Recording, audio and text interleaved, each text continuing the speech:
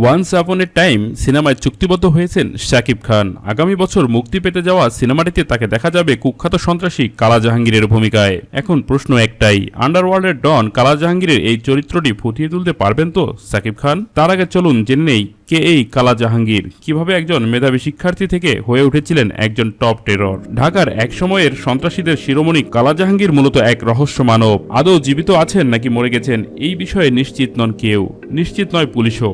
বাংলাদেশ পুলিশের most wanted লিস্টের 1 নম্বরে এখনো রয়েছে তার নাম। তার বর্তমান অবস্থান সম্পর্কে কোনো তথ্য নেই তাদের কাছে। একমাত্র সম্বল কালা জাহাঙ্গীরের 18 বছর আগের একটি ছবি।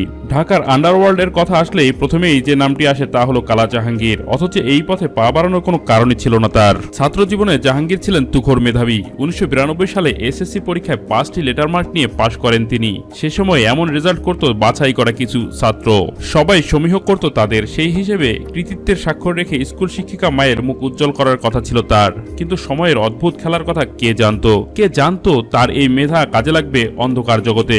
কালা জাহাঙ্গীরের পুরো নাম ফেরদৌস জাহাঙ্গীর। 1977 সালে বগুড়ায় জন্মগ্রহণ করেন। বগুড়ার ধুনট থানার বনানীগাঁও গ্রামে তাদের বাড়ি, তবে বেড়ে ওঠেন ঢাকার ইব্রাহিমপুরে। অসাধারণ কৃতিত্বের সাথে স্কুল পেরোনোর পর ভর্তি হন ঢাকার তেজগাঁও কলেজে। কিন্তু এই সময়ে ঘটে যায় একটি দুর্ঘটনা যা পাল্টে দেয় জাহাঙ্গীরের জীবন। কাফরুল এলাকার লিটন ও মাসুম নামের দুই যুবকের সাথে বিরোধ বাঁধে জাহাঙ্গীরের। বিরোধের এক পর্যায়ে তাদের ছুরিকাঘাত করেন জাহাঙ্গীর। এই ঘটনার জের ধরে তাকে গ্রেপ্তার করে পুলিশ। জীবনে এই একবারই গ্রেপ্তার হয়েছিলেন তিনি। 21 দিন হাজতবাস করে ছাড়া পান তিনি। কিন্তু এই 21 দিনের হাজতবাসে বদলে গেছে তার অনেক কিছু।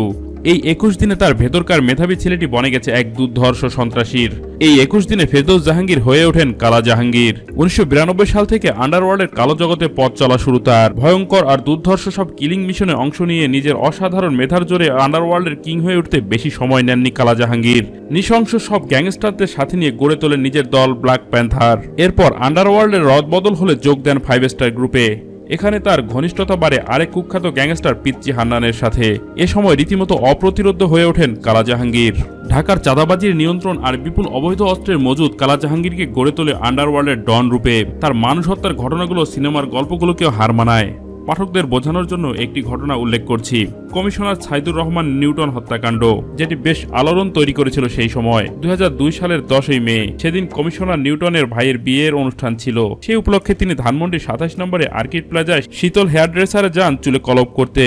নিউটন সেলুন থেকে বের হয়ে সিঁড়ির সামনে আসতেই শুরু হয় চারদিক থেকে এলোপাথারি গুলিবর্ষণ।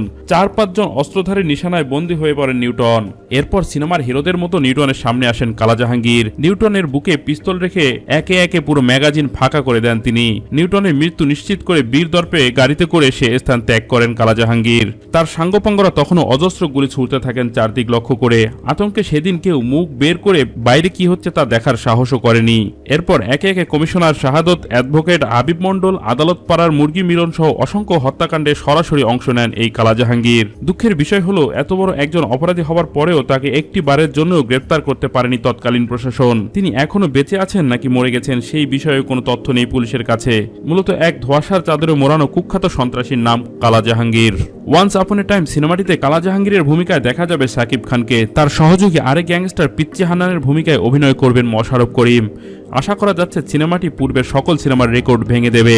এখন দেখার পালা কালা জাহাঙ্গীরের চরিত্রে শাকিব খান নিজেকে কতটা ফুটিয়ে তুলতে পারেন পর্দায়।